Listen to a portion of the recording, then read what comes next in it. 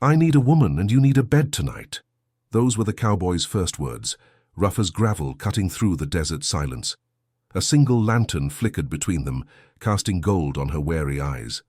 She was an Apache woman, alone, proud, and one breath away from vanishing into the night. But something in his voice stopped her, something between a bargain and a confession.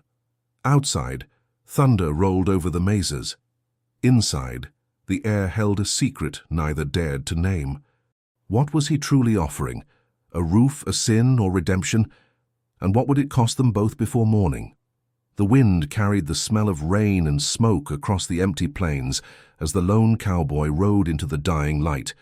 His horse limped, its hooves dragging deep marks into the mud-soaked trail. He had been traveling for days, following a road that led nowhere and a promise he barely remembered. The world behind him was full of debts and graves. The world ahead held nothing but the sound of thunder and the faint glow of a cabin's lantern through the storm. When he reached the porch, he saw her, an Apache woman standing in the doorway, wrapped in a threadbare shawl. Her hair was wet, her eyes fierce, her hands steady on the rifle she hadn't yet raised.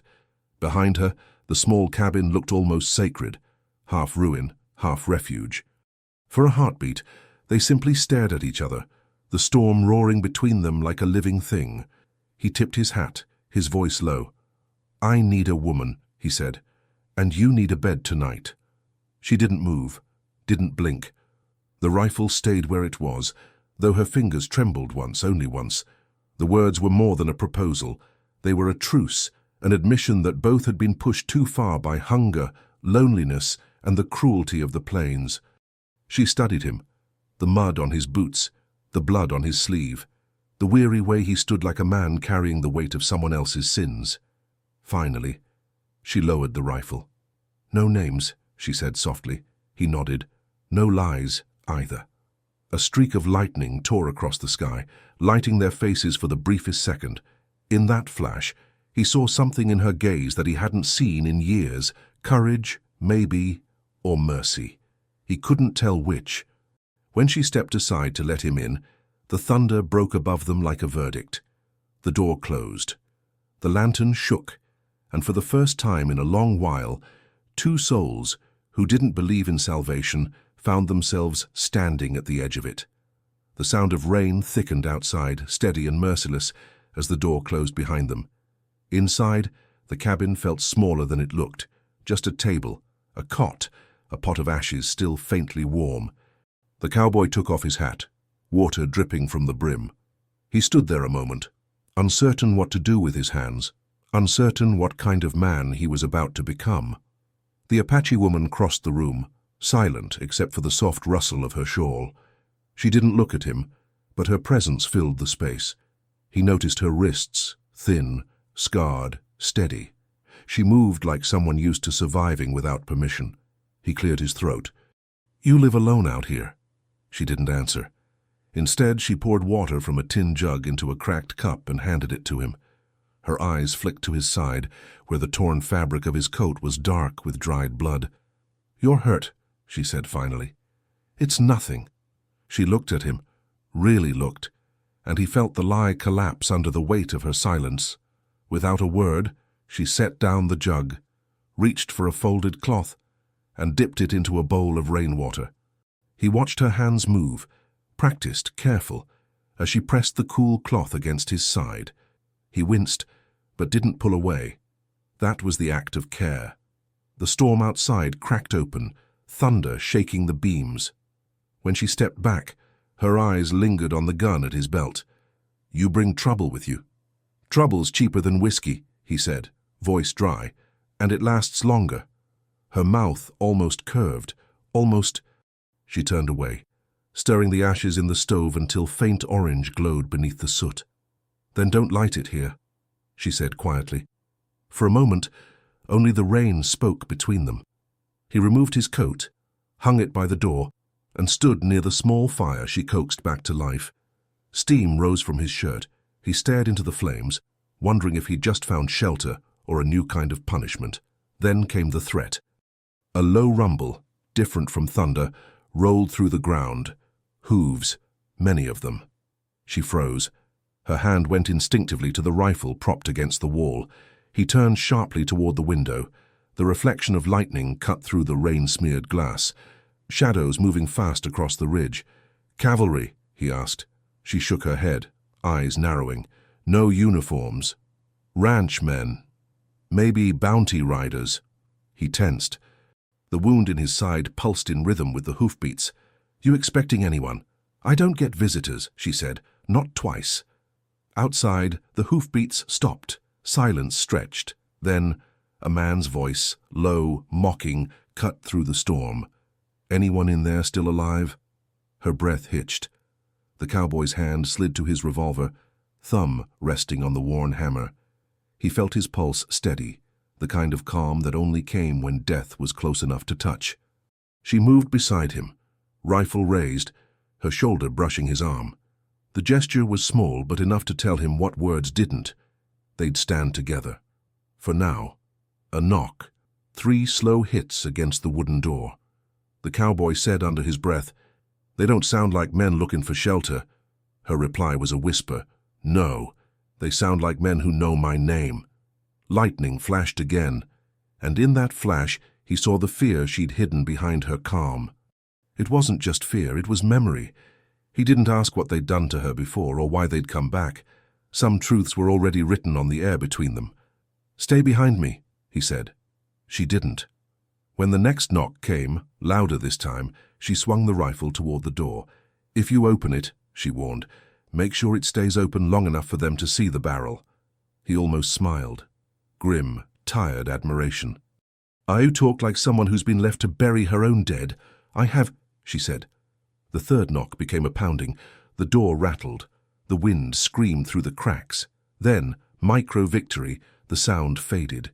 Hooves retreated into the distance. For now, the storm reclaimed the night. She exhaled, lowering the rifle. "They'll be back when the rain stops." He nodded, reloading his revolver with slow, deliberate movements.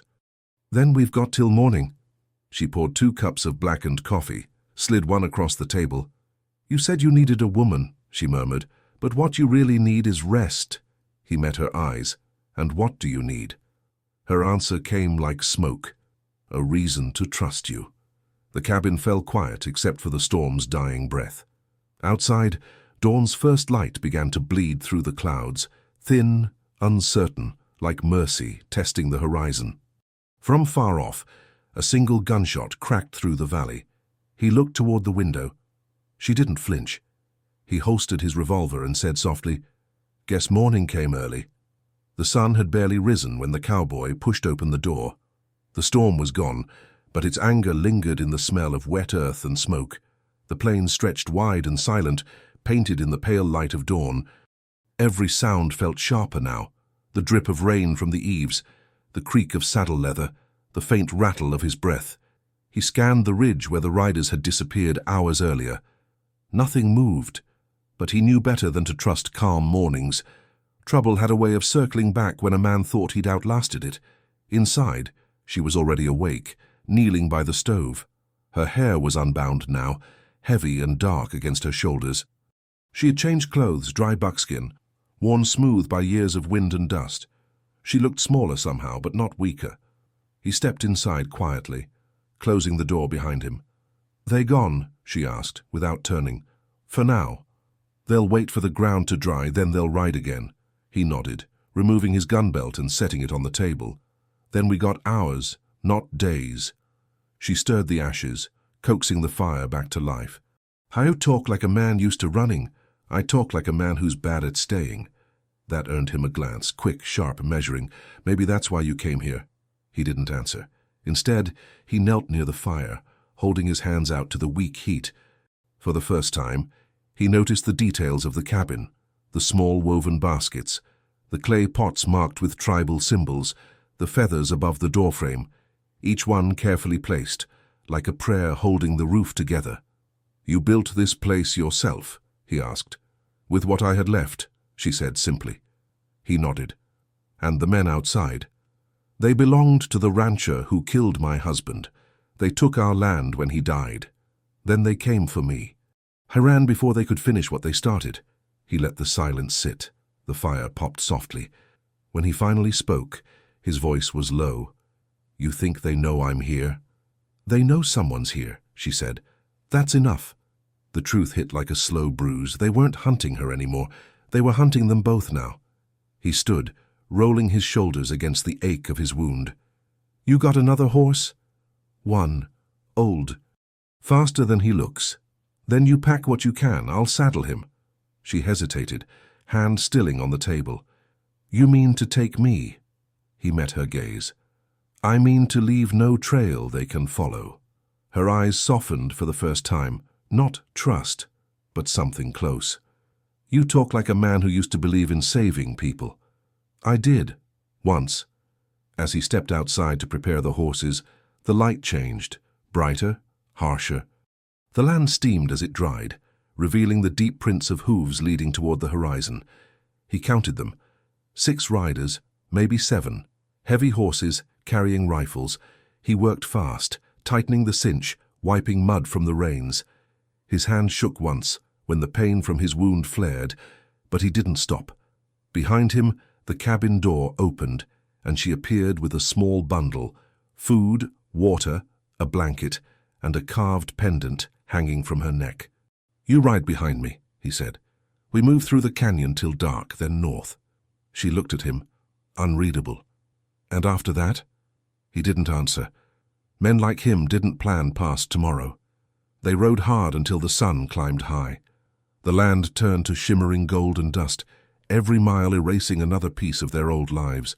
He could feel her weight behind him, steady, her hands gripping the saddle. She didn't speak, but once, when the trail narrowed between 2 red cliffs, he heard her whisper something in Apache, a word that sounded like a prayer or a promise. He didn't ask which. By noon, they reached the canyon's end. The sky had gone still, too still. He slowed the horse, eyes sweeping the ridges. "Something's wrong," he muttered. A hawk circled overhead, screaming once before veering west. Then, from the far slope, a glint of metal flashed in the sun. She saw it too. "Rifle," she whispered. The first shot tore through the silence, splintering a rock inches from the horse's hooves. The second hit the ground near his boot. He jerked the reins. "Ride!" The horse lunged forward, hooves kicking up clouds of dust. Another shot rang out. The woman clung to him, her voice rising over the wind. "They found us." He didn't answer. He was too busy steering through the canyon's twists, every turn a gamble between cover and open sky. The echo of gunfire followed them like thunder, each bullet a whisper of the past catching up. Finally, as they broke from the canyon into open plains, the shooting stopped. Only the wind remained, panting through the grass. He didn't slow. Neither did she. When they finally halted beneath a cluster of mesquite trees, both were shaking, him from pain, her from something deeper.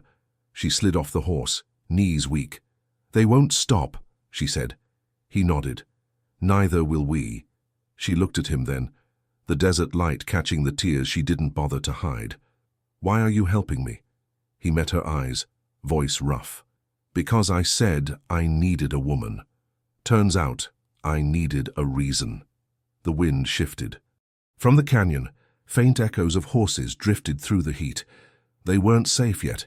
He drew his revolver, checked the cylinder, and said quietly, "Then I guess this reason better learn to shoot." She stared at the revolver he held out to her, the metal dull under the noon sun. Her fingers didn't move. "I don't shoot," she said. "You do now." The cowboy placed the weapon on the ground between them and stepped back. "Ain't about killing. It's about staying alive long enough to choose." Her eyes flicked to the canyon behind them, where the echo of hoofbeats came and went like ghosts in the wind. She bent down slowly, picked up the gun. The grip was warm, almost alive. He watched her check the weight, the awkward way she held it. "You keep your hands firm," he said, soft but steady. "Let the breath go before you pull." She tried, aiming at a dead branch a few paces away. The shot cracked through the air too high. The recoil jolted her wrist, but she didn't flinch. She reset her stance, aimed again. The next bullet split the branch clean. He smiled, a rare thing, crooked and tired. "Told you." She lowered the gun. "That sound will bring them faster." They already know where we are, he said, scanning the horizon. Now they'll know we ain't waiting to die. They moved the horses into the shade, working quietly, side by side. The land stretched endless in every direction, a sea of heat and silence. He took a canteen from his saddlebag, passed it to her. She drank, wiped her mouth, and handed it back. "You still bleeding," she said. He glanced at his side. The bandage was soaked through. "It'll hold." "No, it won't." Before he could argue, she knelt beside him, pulled a small leather pouch from her bundle. Inside were strips of bark, dried herbs, and a flint knife polished by years of use. He watched as she pressed a paste of crushed leaves against his wound, her hands quick and sure. The pain burned sharp, then faded into a dull throb. He exhaled. "You've done this before." She nodded. "Too many times." For a long moment, neither spoke. The air shimmered with heat, cicadas buzzing in the brush. It was almost peaceful, until a sound cut through it, the far-off cry of a crow. She looked up. "They're close." He stood, tightening his belt, testing the weight of his revolver. "Then we move." They rode north again, keeping to the low hills where the grass grew tall. Every few minutes, he glanced back. Nothing but dust and the endless sky. Still, the feeling of being followed never left. By late afternoon, they reached an old windmill beside a dry riverbed. The blades creaked lazily in the breeze. The place looked abandoned, but the trough still held rainwater. He dismounted, leading the horse forward. "We stop here," he said. "Let them think we doubled back south." She climbed down carefully, stretching her legs. "And if they don't fall for it, then we give them a story worth chasing." She looked at him, unsure if he was joking. He wasn't. As the sun dipped lower, painting the land in copper, he found a coil of rope by the mill and began setting a snare across the narrow pass. She watched, curiosity mixing with caution. "You fight like a man who doesn't plan to win," she said. "I fight like a man who's tired of losing," he replied. When darkness fell, they lit no fire. The moon rose pale and cold over the plains. They sat in silence, the only sound the slow creak of the windmill and the restless shift of horses. After a while, she spoke. "When you said those words about needing a woman, was it truth or just talk?" He didn't answer right away. The question hung between them, fragile as smoke. Finally, he said, "Truth comes easy when a man's half dead. I meant it. I just didn't know what I meant by it till now." She turned to look at him, eyes catching the faint light. "And now," he looked away, jaw tight, "now I reckon it means I wanted someone who still had a reason to live." She didn't respond, but the corner of her mouth shifted, almost a smile, almost sorrow. The night stretched thin. Somewhere beyond the hills, a horse neighed, distant but clear. She stiffened. "They found the trail," she whispered. He rose instantly, checking the snare line. "They'll hit it before dawn." She stood beside him, rifle ready. "And if they don't?" He gave a half shrug. "Then we ride into hell and hope the road's kind." The windmill turned once, slow and groaning. Then the sound of hooves returned, closer this time, echoing off the hard ground. She took a breath, steadying the rifle against her shoulder. "You said I should learn to shoot," she murmured. He nodded. "Looks like classes start in early." The first rider crested the ridge, torchlight flickering against his hat brim. Then another. And another. The cowboy's hand went to his revolver. The woman exhaled, finger on the trigger. And in the space between their heartbeats, the wind went still.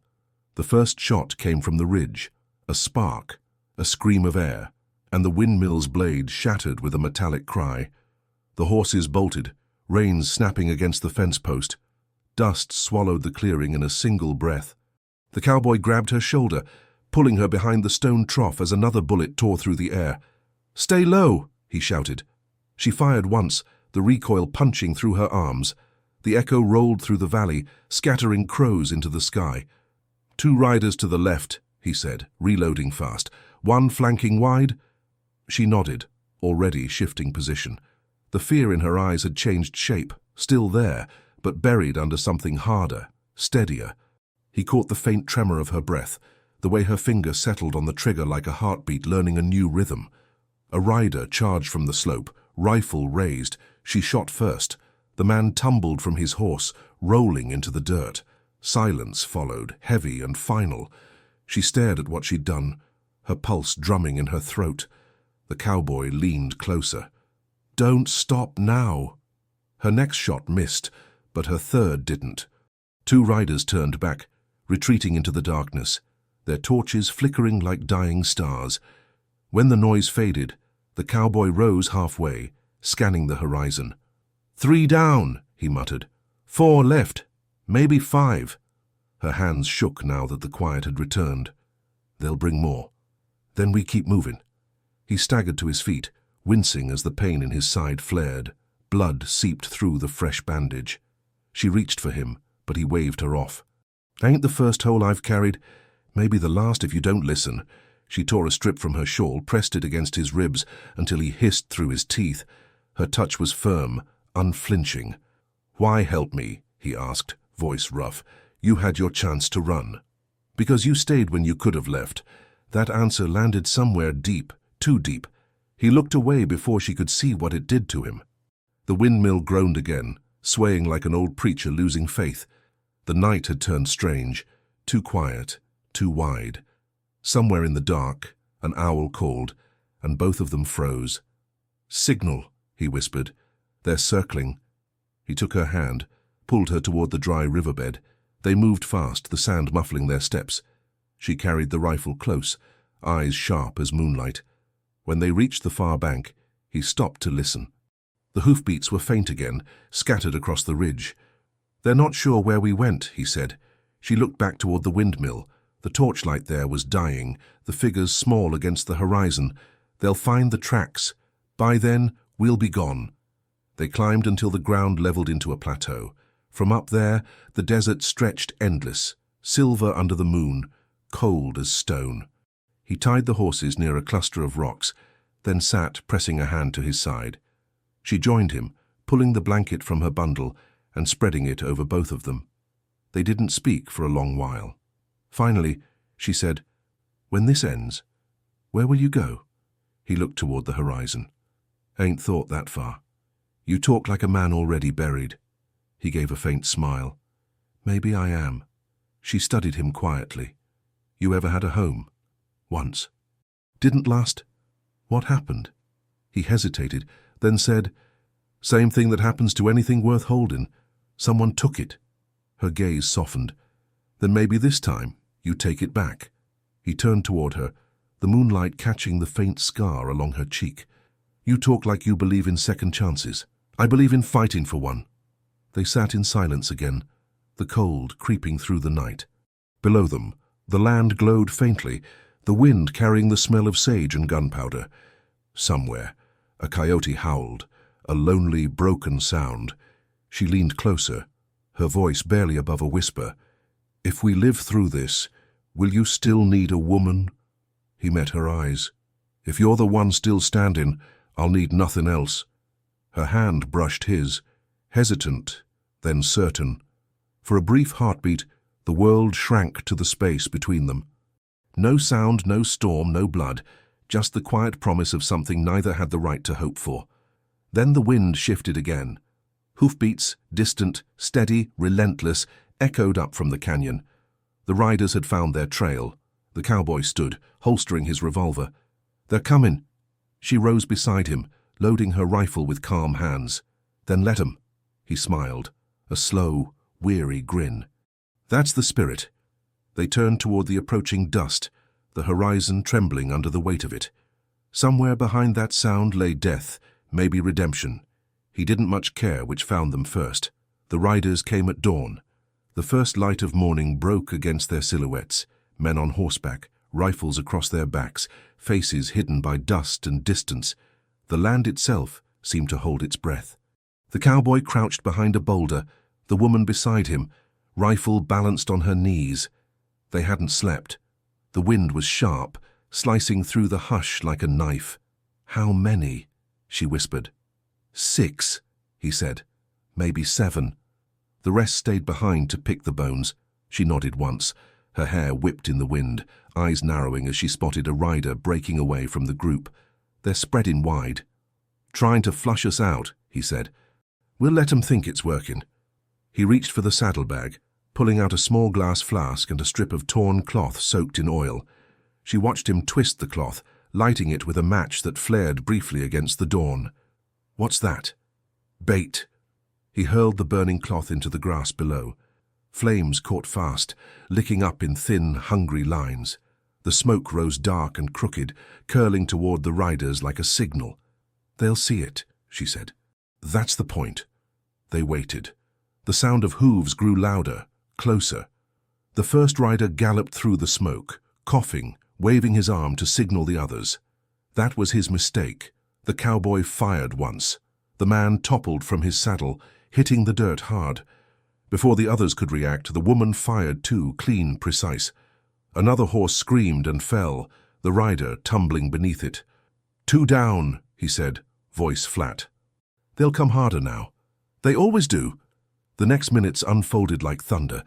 The riders split, circling through the haze. Bullets tore through the rocks, spraying dirt and shards of stone. She ducked, reloaded, and fired again, breath steady, despite the chaos.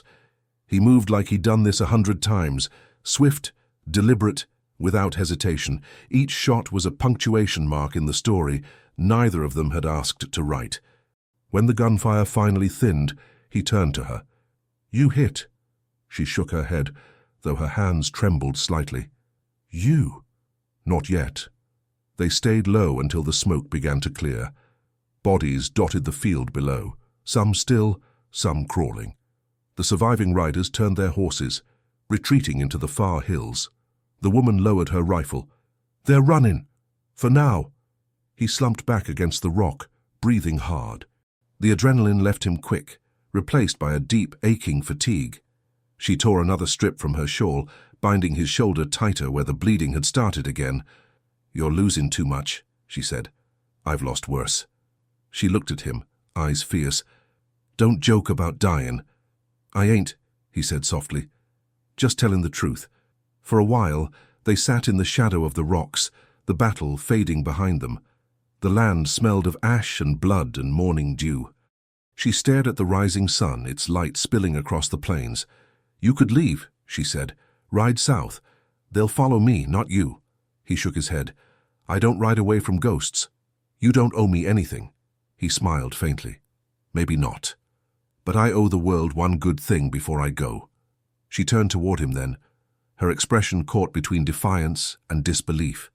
"You think helping me makes you good?" He looked down at his blood-stained hands. "No, but it makes me human again." The words hung heavy in the morning air. For the first time since the storm, she let herself breathe. The silence was broken by a distant sound, the creak of leather, faint but familiar. She stiffened. "They're regrouping." He forced himself to stand, swaying slightly. "Then we ride for the ridge. There's an old mining tunnel there. If we can reach it before noon—" He didn't finish. A gunshot cracked from the ridge. The bullet hit the ground near their feet, kicking up a spray of dirt. She grabbed his arm, pulling him behind cover. "They've already got the ridge," he swore under his breath, reloading one last time. "Then we fight uphill." She met his eyes. "You can barely stand." "I can still shoot." The next shot came closer. The echo bounced off the rocks. He fired back, wincing as pain tore through his side. She rose beside him, firing again, driving the riders back from their perch. For a few heartbeats, the world was nothing but sound, gunfire, hooves, wind, the ragged rhythm of two people refusing to give in. Then it ended, as suddenly as it began. The ridge fell silent. Smoke drifted upward, thin as prayer. He lowered his revolver, the weight of it dragging his arm down. "They'll think we're dead," he said. She looked at him, eyes dark with exhaustion and something like grief. "And if they come back? Then they'll find out they were wrong." He holstered the revolver, staggered a step, and nearly fell. She caught him before he hit the ground. The wind shifted east, carrying the smell of rain again. The sky darkened, new storm building.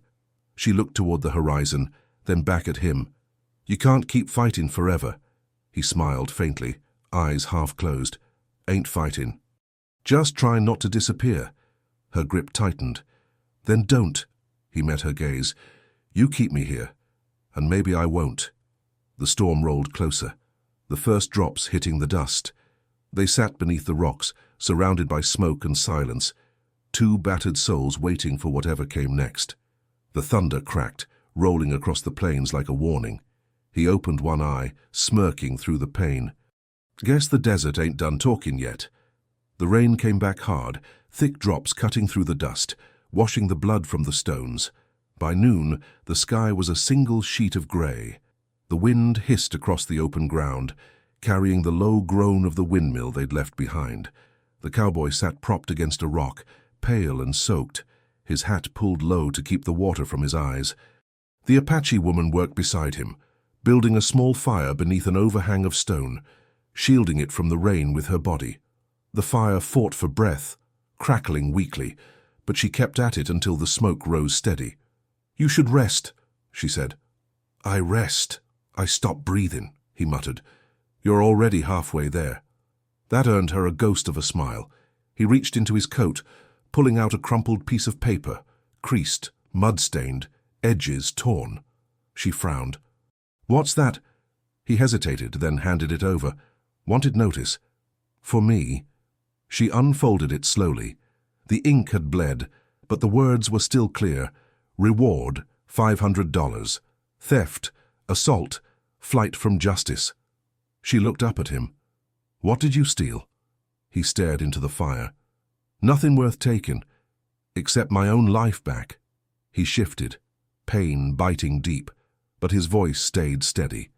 "Used to ride with a man who called himself a preacher. Turned out he preached with bullets. We took from anyone too slow to stop us. One day he aimed at a wagon that didn't fight back, family inside, woman and a child." He paused, jaw tightening. "I shot the preacher before he could finish. Too late for the family. The sheriff didn't care who pulled which trigger, so I ran." The woman folded the paper carefully, set it aside. "And you think dying out here will fix that?" He shook his head. "Don't believe in fixin'. Just don't want to leave this world worse than I found it." She looked at him for a long moment, then said quietly, "You already didn't." He raised an eyebrow. "That's supposed to make me feel better." "No," she said. "It's supposed to make you live." The wind shifted again. Through the curtain of rain she spotted movement, small, slow, deliberate, a rider, alone, walking his horse along the ridge. She froze. "Someone's coming." He reached for his revolver, but she caught his wrist. "Wait, one man." They watched the figure descend the slope, broad shoulders, a badge glinting on his chest. Her grip tightened. "Sheriff?" "Not mine," the cowboy said, though his tone carried no certainty. The man stopped 20 yards away, rain dripping from the brim of his hat. "Morning," he called out. "Heard gunfire up the valley." The cowboy didn't move. "Then you heard it late." The sheriff's eyes flicked to the fire, to the woman, then back to him. "You wounded?" "Not enough to die honest." The man dismounted, slow, cautious. "Name's Cooper, sheriff out of Dry Creek." "Don't sound like you're here for charity," the cowboy said. Cooper's hand rested easy on his holster. "Ain't here for you. I'm after the men who raided the ranch up north. You seen 'em?" The woman spoke up. "They found us last night. 6 of 'em. Maybe 7. Not many left to find." The sheriff studied her, then the empty stretch of land behind them. "You the one they was hunting?" Her silence was answer enough. Cooper nodded. Slow. "Word in town said they burned your village 2 winters back. Woman escaped with a rancher's horse and pride." She met his gaze. "Both were earned." He gave a small nod of respect. "Guess you did what you had to." The cowboy's hand eased away from his gun. "So what now, Sheriff?" Cooper sighed, rain running down his beard. "Now I turn south and pretend I didn't see nothing. Too much blood on this stretch already." He tipped his hat to the woman. "You take care of him. Plains don't forgive the weak." "We ain't asking forgiveness," she said. "Good," Cooper replied. "You won't get any." He mounted his horse and rode off into the rain, the sound fading until only the wind remained. The cowboy let out a long breath, shoulders sagging. "That's the first lawman ever rode away from me." "He saw what I see," she said softly. A man who stopped running. He looked at her, rain streaking his face. "You think I can stop?" She didn't answer. Instead, she reached out, her hand resting against his cheek. Maybe not today, but maybe here. He leaned into her touch, eyes closing for a heartbeat longer than he meant to. When he opened them, she was still watching him, steady, calm, unafraid. The rain began to ease, leaving the air heavy and clean. The fire hissed, smoke curling upward in slow spirals. He broke the silence first. "If I live through this, I'll ride you somewhere safe." She smiled faintly. "You don't even know where that is." He looked out toward the horizon. "Then I guess we'll have to find it." Her voice dropped low. "And if there ain't such a place?" He met her eyes. "Then I'll build one." The wind died completely. Somewhere far off, thunder rolled like a drumbeat, softening into silence. And for the first time since the storm began, the world didn't feel like it was trying to kill them. By the next morning, the rain had stopped, but the air still tasted of iron and smoke. The sky was the color of old tin, heavy and low. They broke camp early, moving north through a narrow pass where the land bled into canyon and scrub. The horses were tired, so were they. But neither spoke it aloud. The cowboy rode ahead, scanning the horizon. His side had stopped bleeding, though the pain still came in waves that stole his breath when he forgot to brace for it. The Apache woman rode behind, her rifle slung across her back, her gaze sharp and constant. They hadn't seen a soul since the sheriff. Still, silence carried its own kind of danger out here. Every gust of wind could be a whisper, every bird call a warning. After a long stretch of quiet, she said, "You think he meant it?" "Who?" "The sheriff, when he said he didn't see nothing." He nodded slowly. "Men like that see more than they say. But maybe he saw enough to know leaving it alone was the right kind of justice." She seemed to weigh that, then asked, "And what's your kind?" He glanced over his shoulder. "Justice. Peace." He smiled faintly. "I ain't found it yet, but I reckon I'll know when I do." They rode until the sun was high, then stopped near a dry creek bed. She dismounted and went to fill the canteens from a puddle caught in the rocks. When she bent down, something glinted in the dirt, a bullet casing half buried. Her stomach tightened. She turned it over in her hand. "Fresh." "Someone's been here," she said. He took it, studied it. "Colt, 45, same as mine." "Yours?" He shook his head. "No, but someone who rides the same kind of trouble." The air went still again, that awful kind of still that felt like the world holding its breath before something breaks. He reached for his revolver, eyes sweeping the ridge. Then a voice echoed from the rocks. "Didn't think you'd make it this far, preacher." The cowboy froze. The name hit like a bullet. He knew that voice, rough, soaked in whiskey and laughter that never reached the eyes. He turned slowly, and from the shadows of the canyon came a man wearing a long duster, hat pulled low, a silver cross hanging from his neck. "Well, I'll be damned," the man drawled. "Guess hell spits back what it don't want." The woman raised her rifle. "Who is he?" The cowboy's jaw clenched. "The man I should have buried deeper." The preacher grinned, teeth yellow, eyes bright with something between madness and glee. "You took my bullet once. Thought maybe we could trade back." He stepped forward, boots crunching over the stones. Behind him, two more riders appeared, armed, faces hard. The woman shifted her stance, finger brushing the trigger. The preacher's grin widened. Now, darling. Ain't no need for that kind of greeting. I just came to collect what's mine." "What's that?" the cowboy asked. "You. And her, I reckon. Word says you've been playing savior again." "That don't suit you." The cowboy steadied his breath. "You came all this way to talk." "Talking's free," the preacher said, "but I ain't the charitable type." He drew his pistol, spinning it once before aiming straight at the cowboy's chest. The woman didn't wait. Her shot cracked first. The bullet grazed the preacher's arm, tearing his sleeve. He cursed, ducking behind a boulder as his men opened fire. The canyon exploded with sound. Echoes bounced off the walls, gunfire, horses screaming, the sharp hiss of ricochets. The cowboy grabbed her wrist, pulling her down behind a ridge of stone. "Keep low," he barked. "You think I forgot?" she shot back, reloading fast. They moved together, firing in rhythm, one covering, the other advancing. The preacher's men were skilled but sloppy, used to scaring victims, not fighting equals. When the dust cleared for a heartbeat, one lay still, another crawling away, clutching his leg. The preacher's voice rose over the chaos. "You think killing me makes you clean?" The cowboy fired again, the bullet sparking against the rock an inch from the preacher's head. "No, but it'll make the world quieter." The preacher laughed, a harsh, broken sound. "You ain't built for peace, you're built for punishment." Then he fired. The shot caught the cowboy's shoulder, spinning him back against the canyon wall.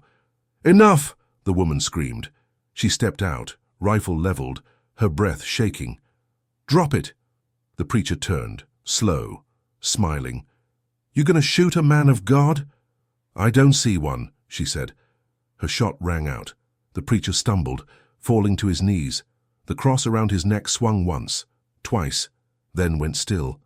The canyon went quiet, except for the echo of her last shot. She ran to the cowboy, kneeling beside him. His face was pale, blood running down his arm. "You hit bad?" she asked. "Could be worse," he rasped. "You hit him?" She looked back. "He ain't getting up." He let out a long, shaky breath, half a laugh, half a groan. "Guess you learned quick. I had a good teacher." He smiled faintly, eyes closing for a moment. "That ain't what I was." She pressed her hand against his wound, firm, determined. "You are now—" The wind moved through the canyon again, lifting the dust, carrying away the sound of gunfire. Somewhere above them, the sun broke through the clouds, painting the stone walls gold. He opened his eyes, squinting against the light. "Never thought I'd see it look like that." "Like what?" she asked. "Like a place worth staying." She looked at him then, really looked, and for the first time, she didn't see a hunted man. She saw a man trying to become something better than his past. "Then maybe you finally found your peace," she said. He shook his head. "Not yet, but I reckon I can see it from here." They sat there as the sun climbed higher, the preacher's body cooling in the shade, and the wind carrying away the last trace of who the cowboy used to be. They buried the preacher at sunset. No prayers, no words. Just a shallow grave marked by a piece of driftwood, and the silence of two people who'd already buried too much. The sky burned red over the canyon, a streaked reminder that even endings could look beautiful if you stood far enough away. The cowboy pressed his palm into the earth, slow and deliberate. He preached hell into other men's hearts, he said. Guess now he gets to see if he was right. The Apache woman stood beside him, her face calm but unreadable. "Men like that don't die," she said softly. "They just change names." He looked up at her, then back at the grave. "Maybe, but I'll take the silence while it lasts." They walked back to the horses. The air was cooling fast, dusk stretching long shadows across the land. His wound throbbed with every step, but he didn't mention it. She didn't ask. Some things had already been said without words. When they reached the ridge, she stopped and turned toward the fading sun. "He was your past," she said. "You should leave him there." He adjusted his hat, eyes fixed on the horizon. "That's the plan." "You sure you can?" He didn't answer right away. "Man like me's built out of ghosts, but maybe one less won't hurt." They rode north through the night, following the faint line of the old telegraph trail. Coyotes called in the distance. The world felt hollow and wide, yet strangely calm. The storm had passed, and the desert was washed clean. By morning, they found themselves in a stretch of country the woman recognized. Low hills, tall grass, the scent of sage heavy in the air. "There's water up ahead," she said, "and a place to rest." They dismounted near a small spring where the rocks formed a natural basin. She filled the canteens while he sat against a tree, closing his eyes against the sun. For the first time in days, the warmth didn't feel like punishment. "You still think of leaving?" she asked quietly. He opened one eye. "Every hour. And yet you don't." He smiled. "Maybe I forgot how." She sat beside him, folding her hands in her lap. "When I lost my home," she said, "I thought if I walked far enough, I'd stop hearing the voices. But they follow. Sometimes I think we don't escape things, we just learn how to carry 'em quieter." He nodded. "You sound like someone who's been running longer than I have." "I stopped running the night I let you in," she said simply. That caught him off guard. He looked at her, the words settling between them like the slow drift of ash. "You could have shot me at that door." "I thought about it." Her tone carried no humor, only honesty. But you looked like a man who'd already been shot by something worse." He gave a short laugh. "Guess you weren't wrong." The quiet that followed wasn't empty this time. It was heavy with things neither dared say aloud. By midday, the light grew harsh again, the kind that stripped away mercy from the landscape. They were packing up when the sound of hooves reached them, distant, fast, and too many. She turned sharply. "Not again." He stood, drawing his revolver. "They'll come as long as there's something to take." The riders crested the hill, 4 of them, dust rising behind like smoke. He counted their movements, eyes cold, calculating. But something was different. The men didn't draw their guns. They slowed, holding their hands up in uneasy truce. The lead rider, a ranch foreman by the look of his coat, called out, "We're not here to fight." The cowboy didn't lower his weapon. "Could have fooled me." "Your preacher," the man said, "was ours once. He took more than money when he left. Men want him back dead or alive. We heard shots, found the trail." "He's buried," the cowboy said flatly. "Don't dig him up." The foreman nodded. "Wouldn't dare. But if the land's clear, you can ride without fear. The debt's paid." The cowboy frowned. "Debt?" The man's eyes flicked to the woman. She was his last job, the one he never finished. For a heartbeat, neither of them moved. Then the foreman tipped his hat. "Guess the desert's done collecting." He turned his horse and rode off, the others following until the sound of hooves faded into the wind. The woman's hands tightened on the reins. "He sent them after me," she whispered. "Not just for revenge, for ownership." The cowboy holstered his revolver slowly. "Then I reckon you just took it back." Her eyes glistened in the sunlight, not with tears, but with something fiercer, freedom, sharp and fragile. "What now?" she asked. He glanced north, where the plains stretched endless and gold. "We ride till the map runs out. Find a patch of earth no one's claimed yet. And then—" He looked at her, and this time there was no hesitation. "Then we build something that don't need running from—" She studied him, a small, knowing smile breaking through. "That sounds like hope." He adjusted his hat, squinting toward the horizon. "Maybe it is. Or maybe it's just the first lie worth believing." She mounted her horse, glancing down at him. "Either way, I'll ride with it." He climbed into the saddle beside her. The wind picked up, carrying the scent of rain and dust, the kind that spoke of endings and beginnings in the same breath. They rode side by side into the open land, the past behind them, the sky ahead wide and uncertain. For once, that felt enough. The plains opened wider as the day stretched long, the air thick with the hum of summer insects and the distant cries of hawks. Dust rose beneath the horses' hooves, drifting like smoke behind them. The cowboy rode with his shoulders hunched, every movement careful. The woman rode upright, scanning the horizon with the quiet alertness of someone who had lived too long with danger. They didn't talk for miles. The land didn't need words. It spoke through the whisper of grass, the creak of saddle leather, the rhythm of 2 hearts moving in uneasy harmony. When the sun hit its highest point, they stopped at a stretch of broken fence that once marked a homestead. The posts leaned like drunks in the wind. Beyond them lay the bones of a house, nothing left but a stone hearth and a few blackened beams. He dismounted first, tying his horse to the fence post. "Place like this," he said, "always makes a man wonder what he's building against." She stepped closer to the ruins, brushing her fingers across the soot-stained stones. "Or what he's building for." He watched her a long time before saying, "You talk like a woman still looking for something."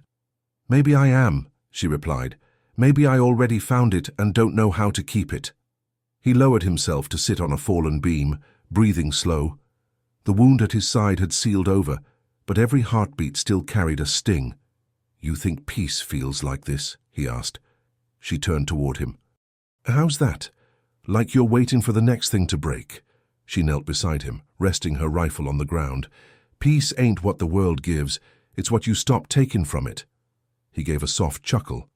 "You sound like a preacher yourself." Her lips twitched. "Don't insult me." The silence that followed was easy, companionable. A breeze drifted through the ruins, stirring the dust. For a while, they listened to the world mend itself. Then faintly came a sound, the low, steady toll of a bell. He looked up sharply. "Church?" Old mission, she said. Half a day's ride east. The bell rings when the wind shifts. Or when someone's ringing it, he muttered. She studied him, sensing the unease behind his voice. You think someone's following? Man learns not to trust quiet. He stood, scanning the horizon. The sound came again, closer this time, clear as a heartbeat. He checked his revolver, then the sky. Could be settlers, he said. Could be worse. Or could be nothing, she offered. He nodded. Then let's go see nothing. They rode east, the bell's echo growing louder with each mile. When they finally crested a hill, they saw it.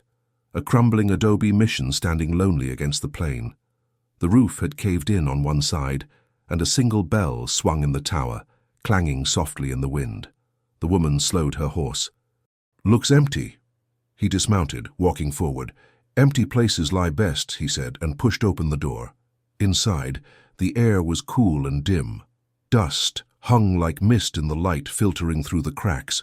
The pews were broken, the altar stripped bare, but on the wall behind it, a painting remained, faded but clear. A figure kneeling beneath a storm, hands open to the sky. She stepped beside him. You believe in that? He stared at the painting. Once. Now I just believe storms pass. She touched the frame gently, brushing away the dust. Maybe that's all faith is. He turned toward her, ready to say something more, but a noise stopped him. Hooves outside, faint but unmistakable. He reached for his gun, motioning for her to stay low. Through the cracked doorway, they saw two riders approaching, older men, weathered and slow. One carried a white flag tied to his saddle horn. The cowboy frowned. That's new. They waited as the riders dismounted. The older of the two called out, We mean no harm. Heard tell of a man and woman riding together. Apache woman, lone cowboy. Folks are saying you cleared out the preacher and his gang. The cowboy's jaw tightened. They talk too much. The man smiled faintly. Talk travels faster than bullets in this country. People remember kindness, don't see much of it. The woman glanced at the cowboy, unsure. What do you want? Only to offer trade, the man said. Our town's short on hands. You both look like you could use a place that ain't running on blood. The cowboy studied him. What's the name of your town? Silver Run, the man said. 3 days east. Plenty of land, clean water, no sheriff worth mentioning. The cowboy looked to the woman. Her eyes held the same guarded spark he felt in his chest, a mix of suspicion and something dangerously close to hope. 3 days east, he repeated. That's a long ride. Longer if you keep looking behind you, the man said. The cowboy nodded slowly. We'll think on it. The riders tipped their hats and turned back toward the plain, their figures shrinking into the light until the bell was the only sound again. She turned to him. You believe them? He holstered his revolver. I don't believe anyone, but I believe in chances. She smiled faintly. And this feels like one. He met her gaze. Feels like the last one we're gonna get. The wind pushed through the broken doorway, stirring the dust into soft spirals.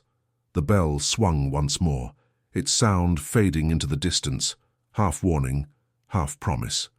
They stood there a long time, two silhouettes framed by the dying light, neither speaking, both thinking the same thing. Maybe peace wasn't found. Maybe it was built, brick by broken brick, out of the ruins of everything they'd already lost. They rode toward Silver Run with the dawn behind them. The light stretched long across the plains, painting their shadows ahead, like a road they could almost trust. The cowboy's horse limped, its pace uneven, but he didn't push it. The woman rode beside him, her shawl pulled tight, her eyes fixed on the far ridge where the sky began to glow. 3 days east, the old man had said. 3 days to a place that might not exist, but after years of running from one storm into another, maybe a lie of peace was better than no peace at all. By midday, they reached the edge of a dry riverbed. A half-collapsed bridge crossed it, its timbers split from years of floods. He reined in, studying the gap. Looks like the world quit halfway through building this place, he said. She smiled slightly. Then it's waiting for someone to finish it. He dismounted, testing the planks with his boot. You trust it? No, she said, dismounting, "but I trust my own weight." She led her horse across first, the bridge creaking but holding. He followed, the sound of cracking wood echoing through the canyon. For a second it seemed certain to give way, but it didn't. When they reached the far side, he let out a slow breath. "Guess it wasn't ready to bury us yet." She looked back across the river. "We've been burying enough already." They camped near the ridge that night, under a stretch of sky so wide it looked ready to swallow them whole. The fire burned low, just enough to warm their hands. The cowboy sat sharpening his knife, while the woman mended the torn hem of her shawl with a needle she kept wrapped in leather.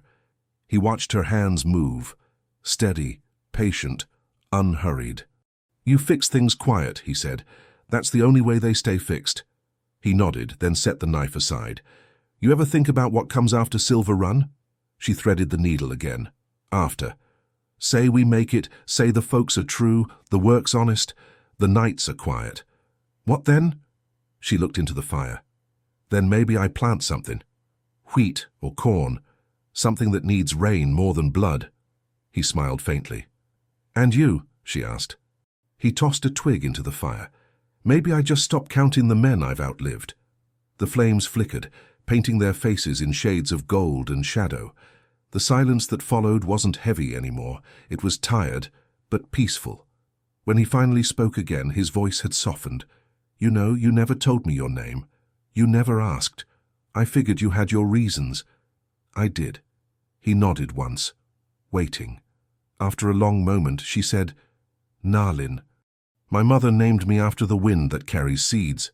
He repeated it quietly. "Narlin." She tilted her head. "And you?" He hesitated, then shook his head. "That name's buried with the man I used to be." She studied him a moment, then said, "Then I'll call you what you are." "What's that?" "Alive." The word settled between them like the ember of something fragile but real. Before dawn, a coyote's cry woke them. He stirred the fire, throwing on another stick. The air was cold, crisp, the sky paling to grey. "Time to move," he said.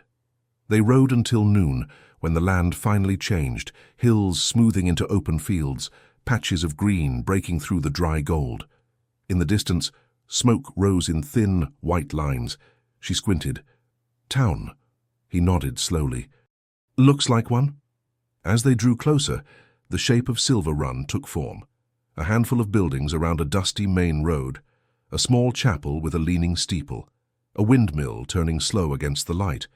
People moved about quietly, their eyes lifting as the riders approached. The cowboy felt the old instinct to reach for his gun. Instead, he kept his hands open, visible. A woman carrying a basket stopped and watched them pass. A boy ran by barefoot, chasing a chicken through the dust. Ordinary life, the kind that still felt foreign. They dismounted outside a small livery stable. The man tending it nodded once. "You look like the storm brought you in," he said. "Storm's been following a while," the cowboy replied. "Well," the man said, "it don't reach much this far. Not yet." Narlin tied her horse and looked around. "It's quiet." "Give it time," the cowboy said. He walked to the end of the street, where a wooden sign leaned against a fence. "Land available, first to build, first to own." He stared at it, thumb tracing the cracked paint. "First to build," he murmured. "Sounds like a fair trade." Narlin stepped beside him. "You really think we could?"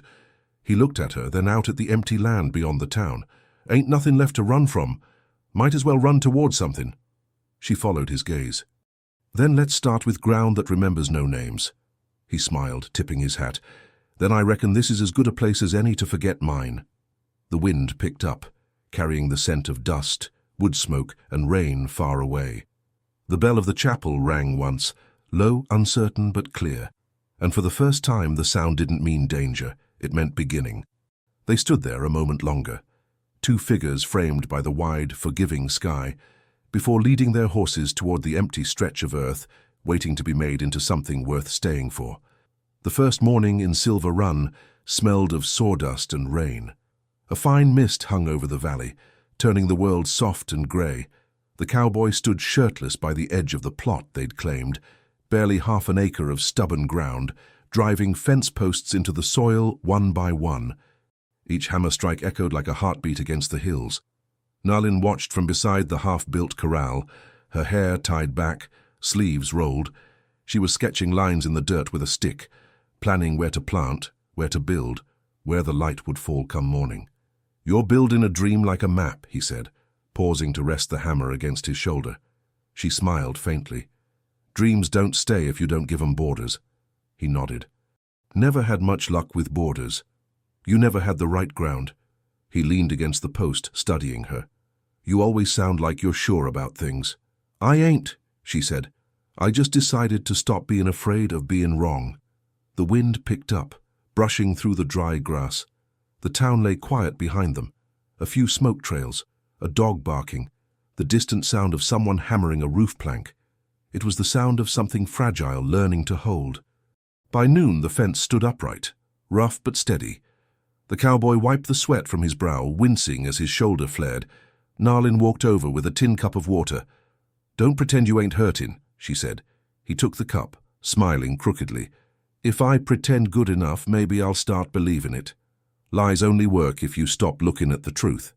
He drank, then handed it back. "And what's the truth?" She met his eyes. "You're tired of running, but you don't know how to stop." He laughed quietly, the sound half a sigh. "Guess I found someone who reads me better than the law ever did." She sat beside him in the dirt, the sun breaking through the mist. For a while, they just watched the horizon. After a long silence, he said, "You ever think this'll hold?"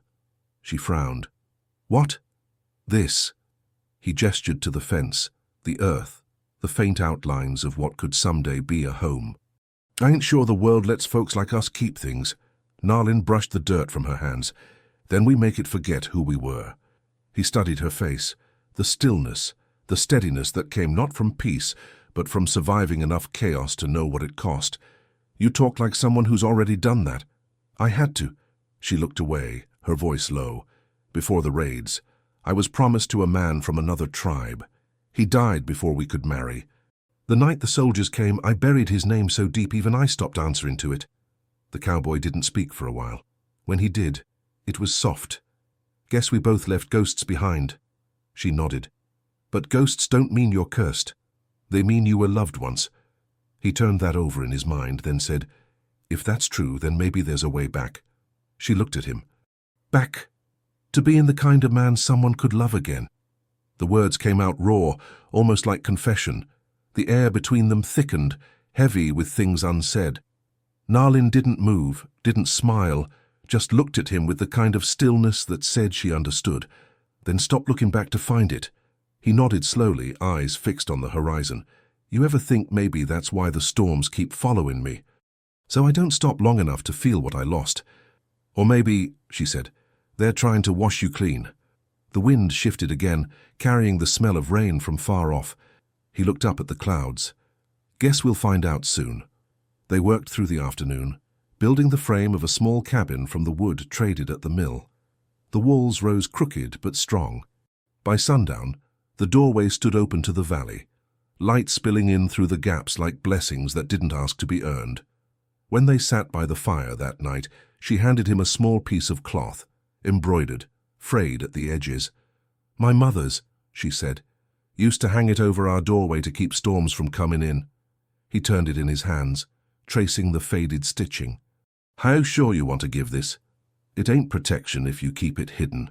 He nodded, tying it above the half-built frame of the door. "Then maybe this place'll start remembering mercy." The flames crackled between them, throwing long shadows on the dirt. Nalin leaned back, watching the sky. "You know, you never told me what you did before all this." "Before the preacher." He hesitated. "I was a deputy once. Thought I could save the world one arrest at a time." Her eyes flicked to his. "What changed?" He smiled without humor. "The world." She nodded slowly. "Then maybe you're building a better one now." He looked at her, the firelight catching in his eyes. "If it holds, it's because you're in it." She didn't look away. "Then we better build it right." The night deepened around them, the kind that carried no threat, only quiet. The fire burned low, and above them the stars began to show, small, patient lights that refused to go out. For the first time in longer than either could remember, the silence didn't hurt. The storm rolled in without warning. By dawn, the horizon had turned black, clouds gathering like cavalry across the plain. The wind came first, hot, wild, lifting dust into twisting ghosts that swallowed the morning light. The cowboy woke to the sound of shutters slamming. The half-built cabin groaned under the weight of the wind. Rain began in sudden sheets, sharp and cold. He stumbled outside, boots sinking into mud. Nalin was already there, tying down the horses, her hair whipped across her face. "Roof's comin' loose!" she shouted over the wind. He grabbed the rope, pulling beside her. "Get inside!" "Not till it holds." They fought the storm together, mud up to their ankles, rope biting into their palms. The wind tore at everything, roof boards, fence posts, even the cloth charm she'd hung above the door. It ripped free, spinning into the dark sky like a final warning. When the rope finally snapped, the last of the boards went with it, crashing into the mud. Nalin fell to her knees, breath heaving. The cowboy dropped beside her, rain running down his face like blood. "It's gone," she said, voice shaking, not from fear, but fury. He looked at the wreckage, their walls scattered. The frame half collapsed, the fire drowned. "We'll rebuild." She met his eyes. "How many times can a thing be rebuilt before it ain't the same?" He had no answer. The storm swallowed his words before they could form. A flash split the sky. Lightning struck the old fence, splintering wood into flame. The wind turned, fanning it toward the cabin. He grabbed her hand. "Move!" They ran through the storm, mud and smoke in their lungs. The rain couldn't kill the fire fast enough. It danced through what they'd built, turning dreams to ash in seconds. When they reached the ridge, they stopped.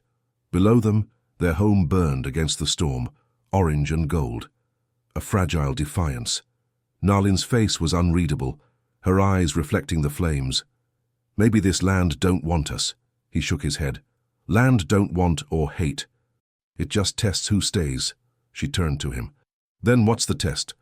He looked down at their wreckage, the smoke rising into the sky like a funeral prayer. "To see if we can love something that breaks." The thunder cracked again, closer. He could barely hear his own thoughts. But somewhere beneath the noise, he felt it, that old rhythm again, care, threat, micro-victory, new uncertainty. He turned to her. "We ride to town, shelter there." She didn't move. "You go." "I'm done running." Her voice was calm, but the look in her eyes stopped him cold. "Listen to me," he said, stepping closer. "This storm don't care about what you've lost." "No," she said, "but it's taking what I built to remember." Lightning flashed again, and for a heartbeat everything was bright. The wrecked fence, the smouldering field, her face streaked with rain and ash. Then came the sound, distant at first, then closer. Hooves. The cowboy turned toward the sound.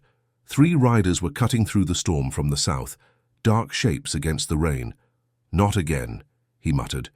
Nalin's hand went to her rifle. "Who?" "Don't know," he said, drawing his revolver. "But no one rides through this unless they're chasing something." The riders slowed near the burning cabin. One shouted, but the wind stole the words. Another dismounted, scanning the ridge. "They're looking for us," she said. He nodded. "Then let's give 'em nothing to find." They crouched behind the rocks, watching as the men searched the ruins. Through the rain, one of them lifted something from the mud, the preacher's cross. The cowboy's blood went cold. "They're his men," he said quietly. "The ones that didn't die." Nalin's breath caught. "Then they think we did." He looked at her, the rain streaking between them. "We could let 'em keep thinking that." For a moment, neither spoke. The storm howled around them, carrying the sound of breaking wood and snapping rope. Then she said, "If we run, this place dies with us." He gritted his teeth. "If we stay, we die with it." Her eyes held his, fierce and certain. "Then maybe that's the same thing." The riders drew closer, shouting to each other over the storm. One spotted movement on the ridge and fired. The bullet struck the rock inches from the cowboy's head. He fired back, the shot lost in the thunder. Another man fell, rolling down the hill into the mud. The other 2 kept coming. "Down!" he yelled, grabbing her arm. They ducked behind a boulder as a bullet grazed his sleeve. "Two left," she shouted. "Then make 'em count." They fired in unison, rhythm returning like an old song. One rider dropped his gun, the other's horse reared, throwing him into the firelight. When it was done, the ridge went quiet again except for the rain. The men lay still, the fire hissing against their boots. Nalin lowered her rifle slowly. "You all right?" He breathed hard, nodding. "For now." She looked down at the burning wreck of the cabin. "So that's it." He holstered his gun, watching the flames fade in the rain. "No, that's the past, burning like it should have long ago." The storm began to move east, taking the worst of the wind with it. The sky lightened, pale gold breaking through the clouds. They stood side by side, soaked, exhausted, and alive. The smoke rose behind them in long grey ribbons that drifted toward the horizon. Nalin spoke first. "We can rebuild." He nodded slowly. "Yeah, but not here." She looked at him. "You sure?" He met her gaze. "This land's too full of ghosts. Let the rain have it." She followed his eyes toward the east, where the sun broke over the hills. "Then where?" He smiled faintly. "Where the wind stopped sounding like the past." The light caught her face, softening the lines the world had carved there. For the first time, she smiled back, small, real. They turned their horses east and mounted. Behind them, the cabin collapsed in a quiet sigh, its smoke curling upward like the last breath of everything that had been. They rode into the sunrise, the world washed clean around them. The wind still carried the smell of rain and ash, but beneath it, just barely, was the scent of new grass. The cowboy looked once over his shoulder at the burning ridge, then back at the open land ahead. "Guess the storm did what it came for," he said. "What's that?" she asked. He touched the brim of his hat, smiling through the dawn light. "It gave us somewhere new to start." They rode on until the smoke disappeared, leaving only sky. And in that silence, the world felt, for the first time, like it might finally forgive them both. By the time the smoke from Silver Run was nothing but a memory on the wind, the land had changed again.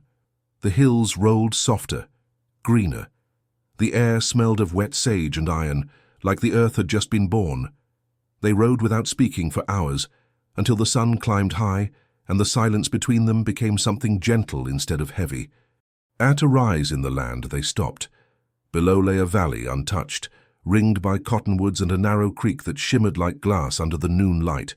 Wild horses grazed in the distance, their coats slick with rain. Nalin dismounted first, boots sinking into the damp soil.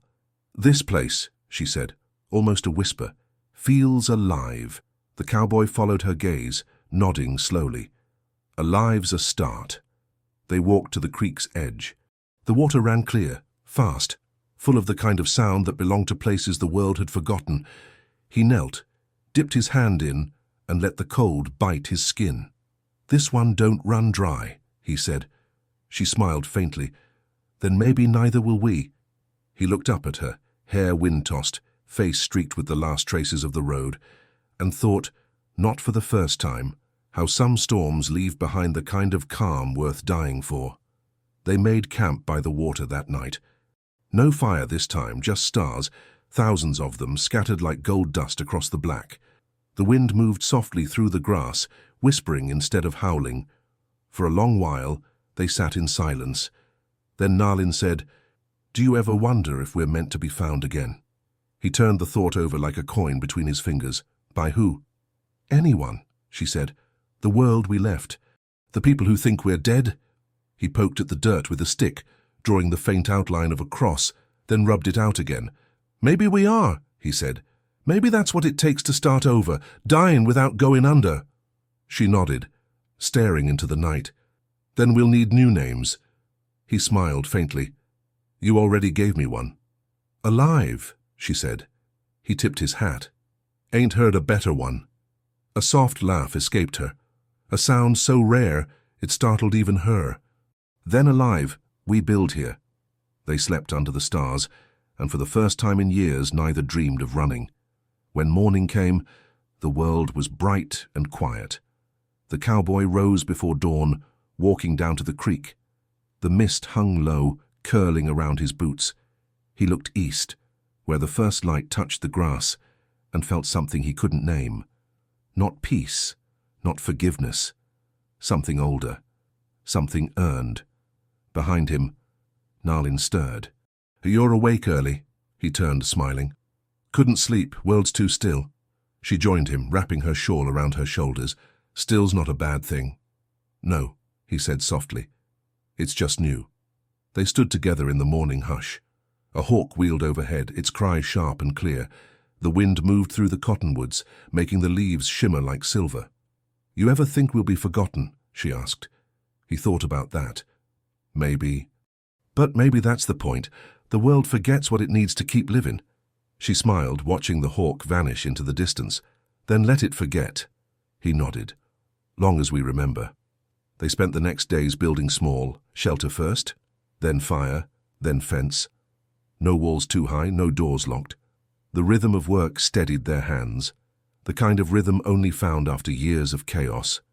One evening, as the sun dipped low, he caught her planting seeds in a small patch of earth near the creek. "Thought we'd wait till spring," he said. She didn't look up. Spring's just a word. The earth decides when to grow. He knelt beside her, helping press the soil down. "And if it don't?" She glanced at him, a spark in her eye. "Then we plant again." He smiled. "Guess you're teaching me how to stay." "Not stay," she said softly. "Belong." The word hung there, heavier than either expected. Belong, something they'd both forgotten could exist. When the last seed was buried, they sat watching the light fade. The wind had calmed, the air warm, the kind of stillness that came not from absence, but from arrival. The cowboy leaned back, hat low over his eyes. "Never thought I'd see a place that didn't want to kill me." She looked at him, her voice quiet. "Then maybe it ain't the place that changed." He opened his eyes and met hers. "No, maybe it's me." She smiled, slow and knowing. "Told you storms wash men clean." He chuckled, shaking his head. "Reckon I owe you for that." "You already paid," she said. "You stayed." The last light slipped beneath the horizon, leaving only the glow of the stars and the soft murmur of water nearby. He reached for her hand. She didn't pull away. The night deepened around them, wide and patient. Somewhere, far away, thunder grumbled, distant now, fading like a story finally finished. He whispered, more to himself than to her, "Guess even the desert stops talking eventually." She leaned her head against his shoulder. "Then let's listen while it's quiet." They sat that way until the stars blurred into dawn. And when the sun rose over the new land, painting the sky with gold and red, it didn't feel like a beginning or an ending, just the middle of something that, for once, didn't need to be escaped. The storm may have passed for them, but out here, peace never lasts long. Somewhere beyond those hills, another story's already stirring, another heart caught between dust and destiny. If this tale of the cowboy and the Apache beauty struck a chord, don't just ride off yet. Saddle up with us, hit subscribe, ring that bell, and follow the trail for the next chapter in the untold frontier, where every glance hides a secret, every silence holds a wound, and redemption is never free. Your seat by the fire's waiting. Stay a while. The West still has stories to tell.